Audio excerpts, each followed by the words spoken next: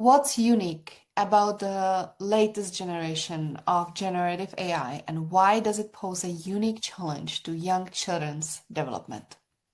Yes. Okay. So the bridge I want to draw here for you all from the cognitive science and neuroscience literature is about um, social contingency, right? So I kind of landed on this like, we're not just sensitive in our sensitive periods to all the things that are happening to us, right? Our brain actually expects, is primed for, and that's driven by a lot of evolution, certain kinds of inputs or certain kinds of experiences. So now I want to get to the level of the time kind of magic that's happening that is unfolding in real time, right? This is the place where we actually have agency to shape our own lives, to shape the lives of children that we work with.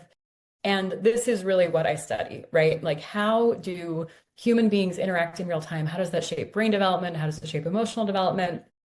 I love this video. Hopefully, the video is visible with my screen share. So we have an infant here who is initiating outreach to presumably her mom, waiting, right? And then mom turns, and we see both of them start to smile. We see this beautiful affective synchrony happening. But what I want you to focus on is the fact that the infant initiated this interaction, right? So there's so much history to get over about what babies like do and what they're here for, right? Children should be seen and not heard. Babies are sponges. Like, we've got to let go of these old models of children and old models of babies. Again, settled science. Infants arrive seeking and expecting responsive caregivers.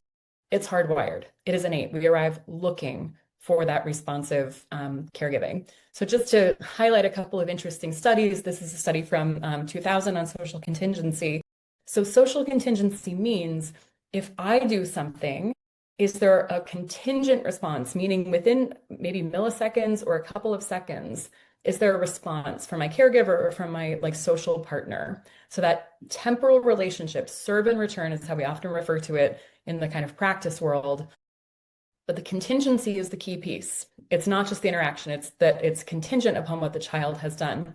So in this study, Bigelow and Birch had babies watch two different video screens.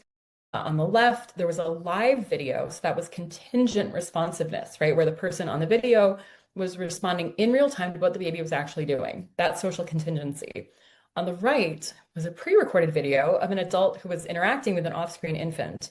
So the adult was still doing all the same stuff. They were smiling, they were laughing, they were talking, they were gesturing, but it was no longer time locked to what the infant was doing, right? So this is often how we do experiments to look at social contingency and how it operates mechanistically. So at 4 and 5 months old, the infants preferred that contingent partner even after a delay. I think there was like a delay of a week. And these are both strangers. The stranger came back and the infant was like, I want to hang out with that one, the stranger who was interacting with me.